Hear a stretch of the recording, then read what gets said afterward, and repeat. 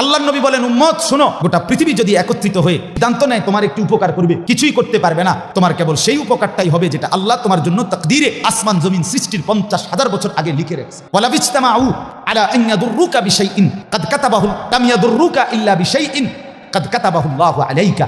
সবাই মিলে যদি এটাও সিদ্ধান্ত নেয় তোমার একটি ক্ষতি করবে, বিপদে ফেলবে, মুসিবতে ফেলবে, আল্লাহর নবী বলেন কোন মুসিবত তোমার আসবে না, আসবে কেবল সেই মুসিবতটাই যেটা আল্লাহ তোমার জন্য তাকদীরে লিখে রেখেছেন।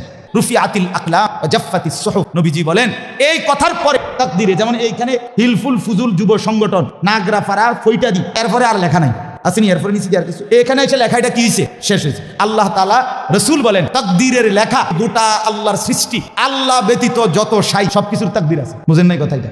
আল্লাহ ব্যতীত যত কিছু সবকিছুর কি আছে, এই গাছ মাছ আকাশ জমিন, এই মশা মাছি পিঁপড়া যা কিছু আছে আল্লাহ সৃষ্টি, নদী সাগর সবকিছুর কি আছে, তাকদীর আছে।